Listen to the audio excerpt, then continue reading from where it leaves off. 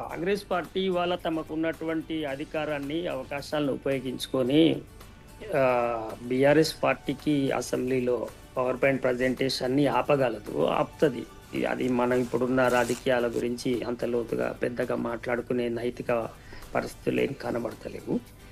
అదొకటి అట్లా ఉంచితే ఇవాళ వాళ్ళ పవర్ పాయింట్ ప్రజెంటేషన్ ఇవ్వడం కూడా ఒక రకంగా మంచిదే. వాళ్ళ డొల్లతనం అంతా కూడా బయటపడుతుంది. గతంలో ఒక పవర్ పాయింట్ ప్రజెంటేషన్ కాంగ్రెస్ ఇచ్చింది. కేసీఆర్ గారు పవర్ పాయింట్ ప్రజెంటేషన్ ఇచ్చినటువంటి అవసరము, నేపథ్యము అది వేరు. అది రాజకీయం కోసం కాదు కదా.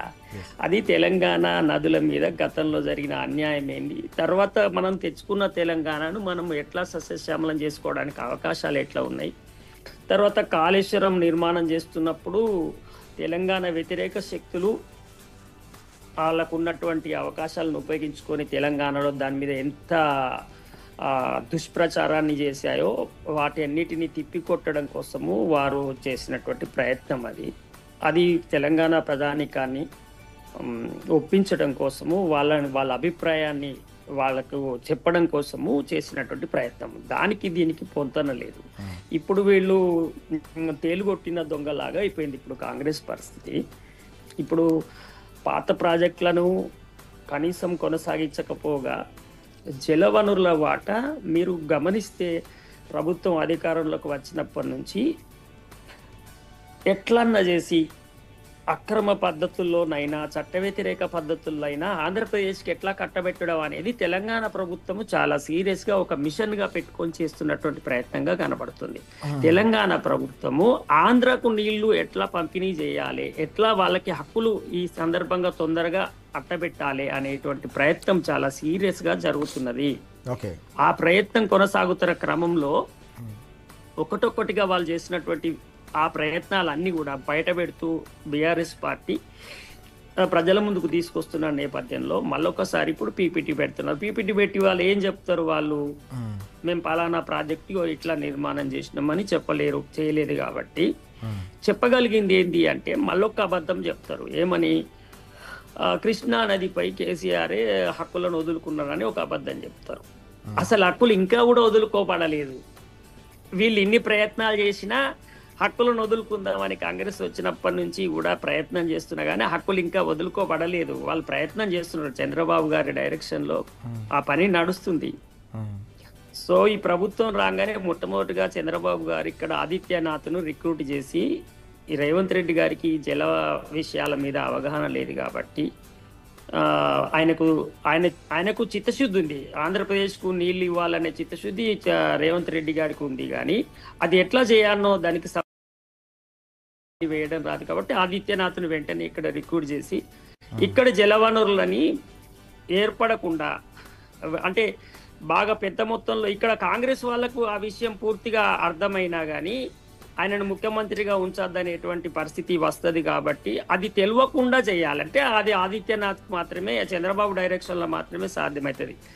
రేవంత్ రెడ్డి తొందర నిర్ణయాలు తీసుకుంటే కాంగ్రెస్ లో ఇట్లా చేస్తున్నాడు అనే విషయం తెలిసినా కానీ చాలా మంది తెలంగాణ వాదులుగా ఉన్న వాళ్ళు కొంత వ్యతిరేకించే అవకాశం ఉంటది కనుక అట్లా కాకుండా ఏర్పడకుండా కావాలనేటువంటి ప్రయత్నాలు చాలా వరకు చేసినారు. ఎందుకంటే వారు మొన్న ఢిల్లీలోకి వెళ్ళి అక్కడ మీటింగ్ లో పాల్గొనని చెప్పి కూడా మనకి కేంద్ర జలవనరుల సంఘం పెట్టినటువంటి మీటింగ్ లో తను పాల్గొని వచ్చినాక 15 రోజులకు మా 15 రోజులలోనే దానికి అనుమతులు ఇస్తూ అక్కడ నీటి నిల్వ ఉంది, సామర్థ్యం ఉంది అని చెప్పి హైడ్రాలిక్ అనుమతులు కేంద్ర ప్రభుత్వం అనుమతి ఇచ్చిందని నిన్న హరీష్ రావు గారు విత్ డాక్యుమెంటల్ ప్రూఫ్ వారు చూపించారు.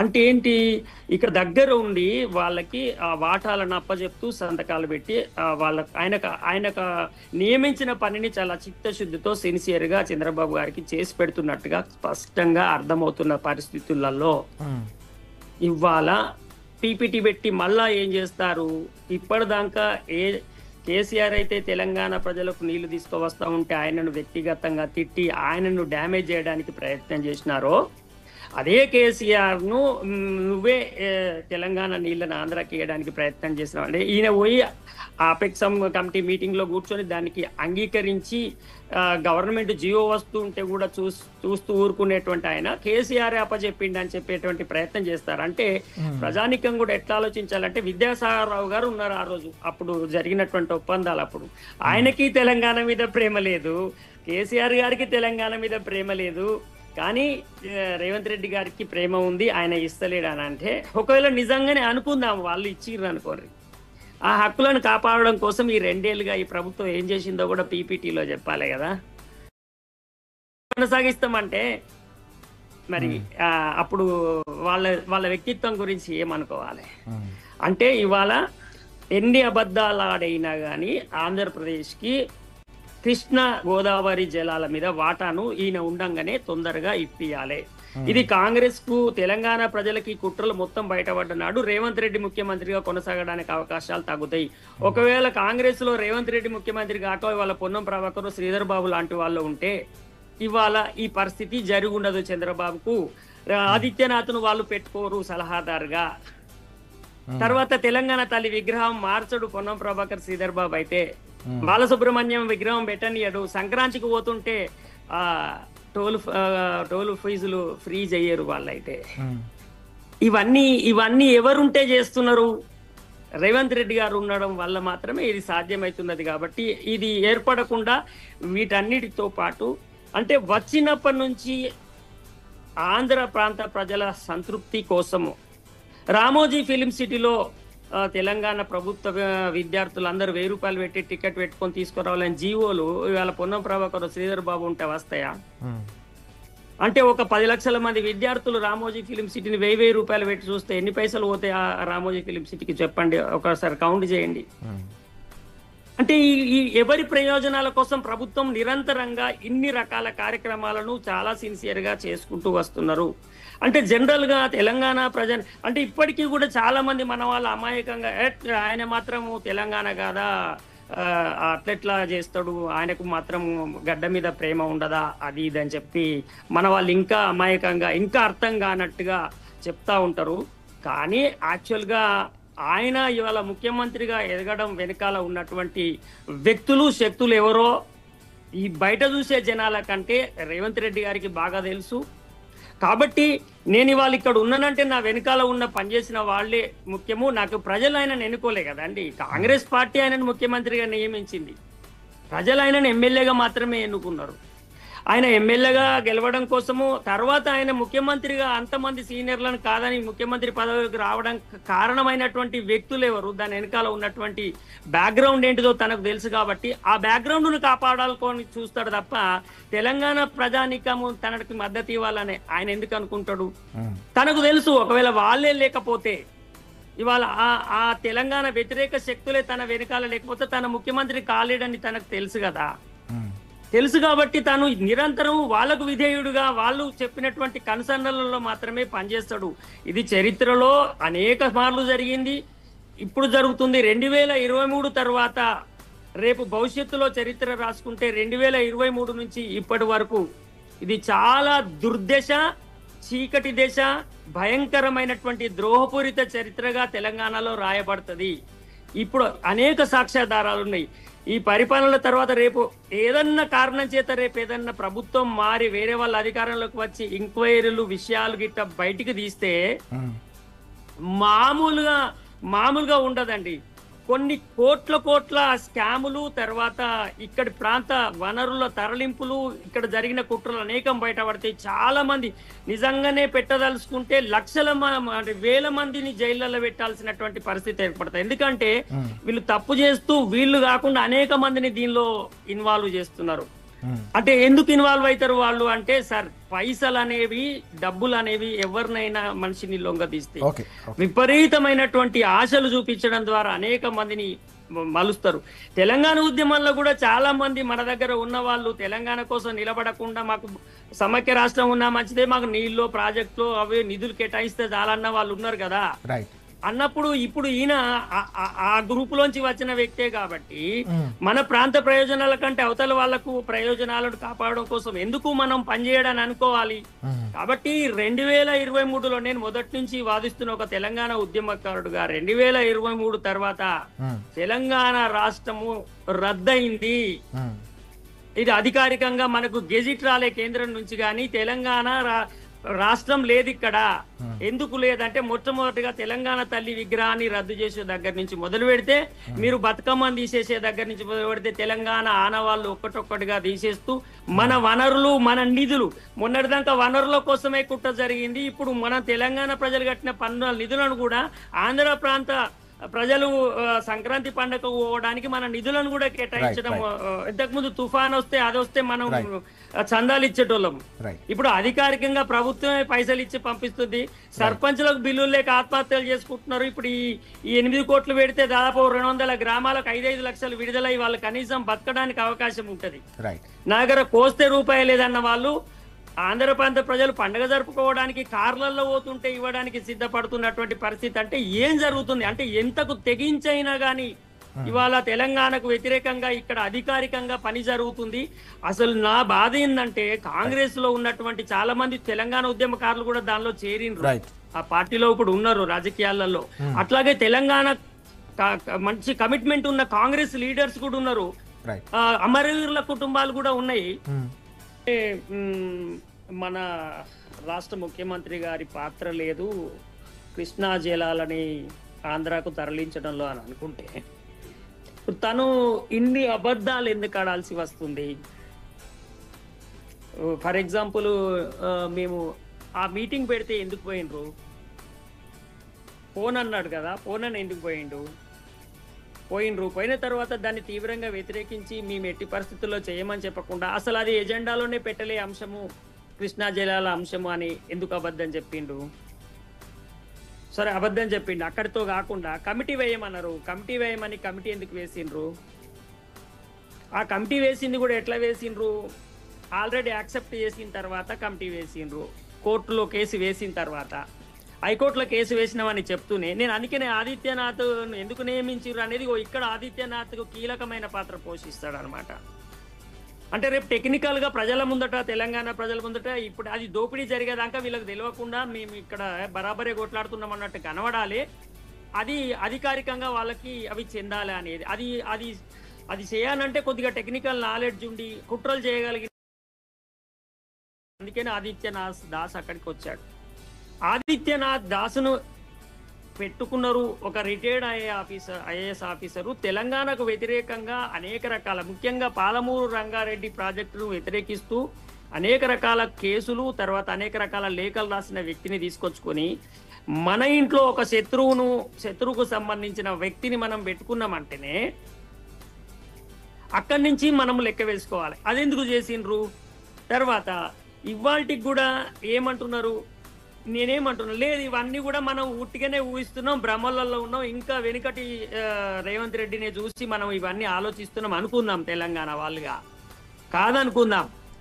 కేంద్ర ప్రభుత్వము ఇవాళ వరద జలాలు ఉన్నాయి తీసుకపోవచ్చు అని లేఖ ఇచ్చినట్టుగా ఇవాళ బయటపడ్డది కదా.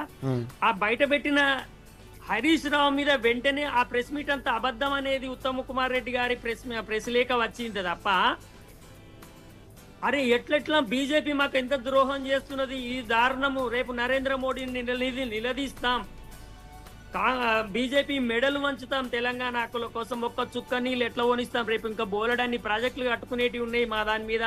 ఆ కట్టుకున్నాడు అన్నయినాక మిగులుతే కిందికి పోతాయి. ఇప్పుడే మేము ప్రాజెక్టులు కట్టుకోక ముందే మిగులు జలాలను కేంద్రం ఎట్లా చేస్తుందో మేము చూస్తాము.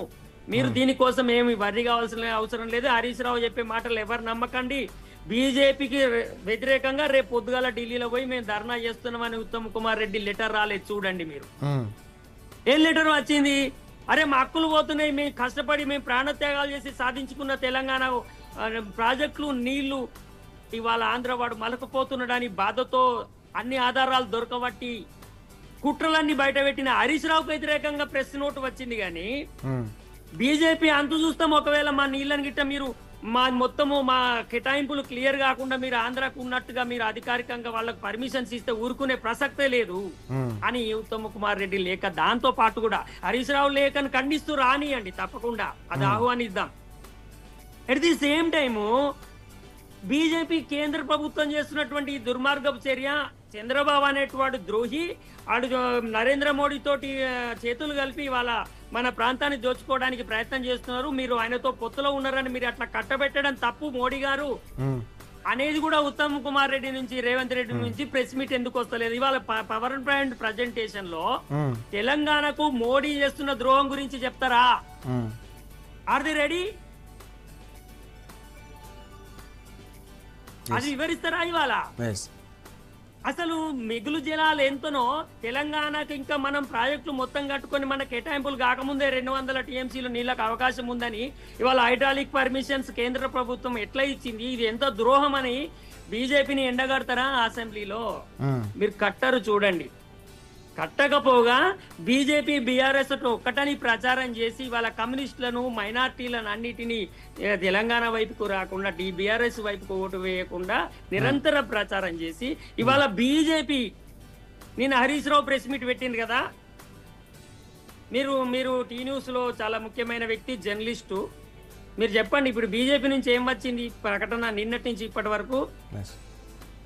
ఎక్కడైనా మనకు కనబడుతుందా? లేదు మేము ఇస్తలేము, లేదా కేసీఆర్ తప్పు చేస్తున్నాడు, ఇది అన్యాయం చేస్తున్నాడు హరీష్ రావు చెప్పింది నిజమే.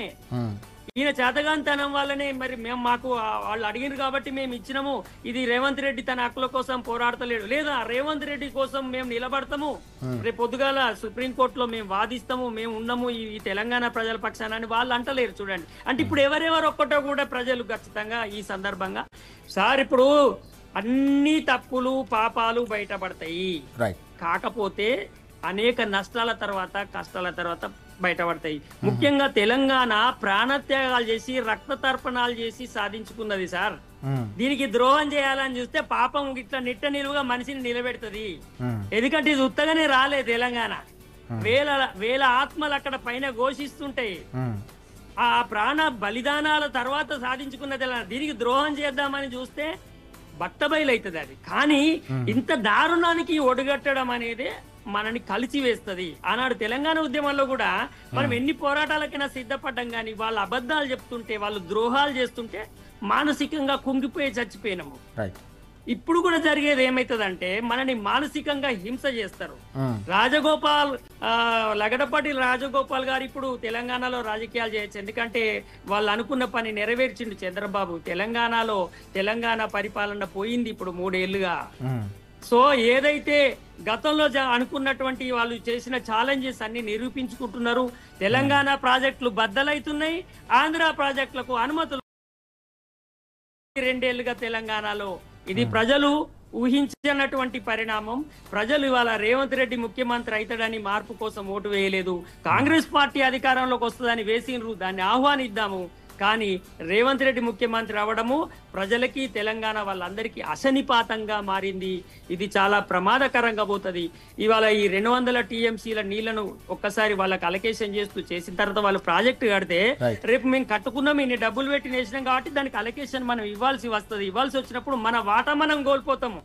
ఇప్పుడు బీఆర్ఎస్ ఎందుకు వాదించాలని నేను అంటున్నా. బీఆర్ఎస్ ఇప్పటి వరకు కట్టలేదు కావచ్చు, కొంచెమే కట్టింది కావచ్చు, సగమే కట్టింది కావచ్చు. నువ్వు కూడా తెలంగాణ బిడ్డవే కదా. వాళ్ళు ఏమన్నా రాసి పెట్టుకొని వచ్చిర్రా వాళ్ళే చేస్తామని? వాళ్ళకంటే మెరుగ్గా చేసి అసలు బీఆర్ఎస్ శాశ్వతంగా అధికారం రాకుండా చేయి. మొన్న అన్నాడు కదా బీఆర్ఎస్ నేను ఉండంగా అధికారంలోకి రాకుండా చేస్తానని. ఎట్లా చేయాలంటే ప్రాజెక్టు కట్టి చేయాలి, రైతులకు సంక్షేమ పథకాలు చేసి చేయాలి, పేదలను ఆదుకొని చేయాలి, తెలంగాణ నిధులను తెలంగాణ ప్రజలకు ఇచ్చి చేయాలి, తెలంగాణ యొక్క ఆత్మగౌరవాన్ని నిలబెట్టి వాళ్ళని రాకుండా చేయాలి. కానీ మొత్తము నీ ఆత్మగౌరవాన్ని ఆంధ్రాకు తాకట్టు పెడితే ఇవాళ ప్రజానీకము చూస్తూ ఊరుకుంటే మన ఇంతకాలపు మన శ్రమ అంతా వృధా అవుతుంది. కాబట్టి తప్పకుండా ఇది చాలా సీరియస్ కండిషన్ తెలంగాణ ఫేస్ చేస్తున్నటువంటి ఒక టైం ఇది. ఈ టైంను మనం చాలా జాగ్రత్తగా డీల్ చేయాల్సిన అవసరం ఉంటుంది.